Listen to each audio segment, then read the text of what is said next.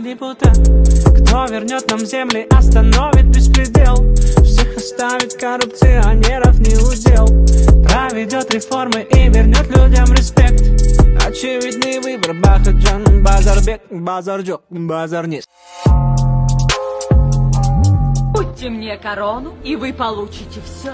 Почет! Власть! Банана! Банана!